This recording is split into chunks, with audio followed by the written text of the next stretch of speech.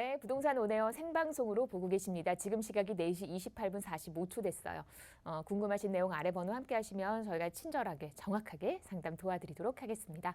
이제 2부 넘어왔고요. 2부는 이분과 함께 얘기 나누겠습니다. 이로운 투자자문 함주원 팀장 자리해 주셨습니다. 어서 오십시오. 네, 반갑습니다. 네, 반갑습니다. 팀장님, 오늘 기다리고 있는 내용 좀 전해 주실까요? 네. 네, 현재 부동산 시장을 보면 지금 공공재개발이 이슈가 많이 되고 있는 상황인데요. 국토교통부에서 보도 내용을 발표를 했습니다. 바로 공공재개발을 활성화하겠다 이렇게 보도 내용을 발표를 했는데요. 그래서 많은 투자자분들이 관심을 갖고 있는 상황입니다. 그래서 오늘 강의 공공재개발 어떤 내용을 담고 있고 재개발 투자 전략도 함께 알아보도록 하겠고요. 그다음에 지역까지 동시에 알아보도록 하겠습니다. 그럼 바로 강의 시작하도록 하겠습니다. 먼저 강의 순서를 말씀을 드리면 첫 번째, 두 번째, 세 번째 이렇게 순차적으로 말씀을 드리겠는데요. 먼저 첫 번째, 공공재개발 본격적으로 시작을 앞두고 있습니다. 11월 4일까지 공모를 하고요. 그 다음에 올 연말에 후보지를 선정하고 내년 초에 공공재개발을 본격적으로 할 것으로 예상이 되고 있습니다. 공공재개발 어떤 내용을 담고 있는지 첫 번째로 알아보도록 하겠고요. 두 번째로 재개발 투자 이렇게 하자. 재개발 투자 전략 두 번째로 알아보도록 하겠습니다. 마지막 세 번째로 시세 차이 그리고 아파트 입주권 받을 수 있는 지역 바로 광진구 자양동이라고 말씀을 드릴 수가 있겠는데요. 광진구 자양동 미래가치 마지막 세 번째로 알아보도록 하겠습니다. 네, 먼저 공공재개발 본격적으로 시작이 된다고 말씀을 드렸는데요. 제가 보도 내용을 가지고 왔습니다. 관심 커지고 있는 서울 공공재개발 이렇게 보도 내용이 나와 있는데요. 지금 공공재개발을 추진하는 지역이 주택 공급 활성화 지구로 선정을 해서 많은 인센티브를 설정하면서 사업 속도, 그다음에 사업의 안정성을 보장한다는 내용이 담겨 있는데요. 우선 인센티브 도시 규제 완화를 할 예정입니다. 용도 지역 그리고 용적률 상향 그리고 기부 체납 완화 이렇게 여러 가지 조건을 완화해 줌으로써 사업의 속도를 낼 예정이고요. 그다음에 사업비 지원, 그다음에 사업성 보장 그리고 신속한 인허가로 인해서 사업성뿐만 아니라 신속한 인허가를 통해서 5년 이내에 재개발이 완료가 될 수 있게 하겠다는 지금 정부의 규제 정책이 나와 있습니다.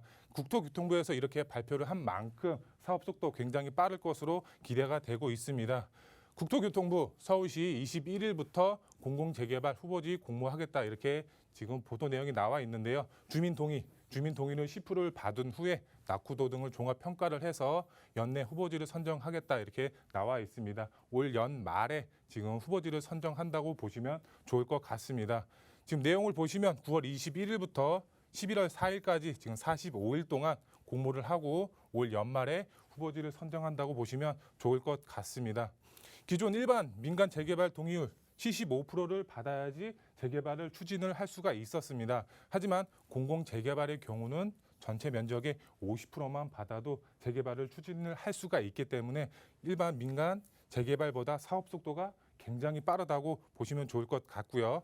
그리고 법 개정을 통해서 사업 속도 향상을 기대를 할 수가 있겠습니다. 지금 5년 이내, 지금 5년에서 7년 이내에 지금 실입주까지 할 수가 있게 법 개정을 예정이 되어 있습니다. 그만큼 사업 속도 굉장히 빠르다고 보시면 좋을 것 같고요.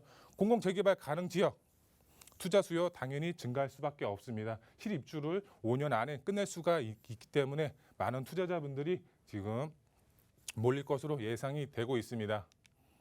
네, 두 번째로 재개발 투자 전략 어떻게 가져야 될지 말씀을 드리겠습니다. 우선 첫 번째로 전문가의 조언을 듣고서 재개발 투자 전략을 세우시면 되겠습니다. 부동산 투자, 그 중에서도 재개발 투자 경험이 부족하신 분들, 저희와 같이 전문가와 함께 투자 방향을 설정을 하신다면 재개발 투자 쉽게 이루실 수 있다고 말씀을 드릴 수가 있겠고요. 두 번째로 재개발 추진 확정 지역에 투자를 할 때 유의점 말씀을 드리겠습니다. 재개발 추진 절차 크게는 첫 번째부터 8가지 이렇게 크게 나눌 수가 있겠는데요. 우선 재개발 투자할 때 관리처분 이전 매물은 거래가 불가능합니다. 즉 여기 관리처분 인가 이전 사업 시행 인가까지만 거래를 할 수가 있겠습니다. 민간 재개발의 경우입니다. 민간 재개발의 경우는 관리처분 인가 이전 매물만 거래가 가능하다는 점 유념하시면 좋을 것 같고요. 그리고 예외 조항이 있습니다. 예외 조항 같은 경우는 예를 들어서 뭐 해외 이주를 가야 된다든가 이런 어쩔 수 없이 매물을 팔아야 될 경우 그때는 예외 조항을 통해서 매물을 팔 수가 있지만 사실상 힘들다고 보시면 좋을 것 같습니다. 그리고 조합 설립 인가 이전 매물, 이후 매물, 프리미엄 자체가 다르게 형성이 되어 있습니다. 제가 빨갛게 표시를 해놨는데요.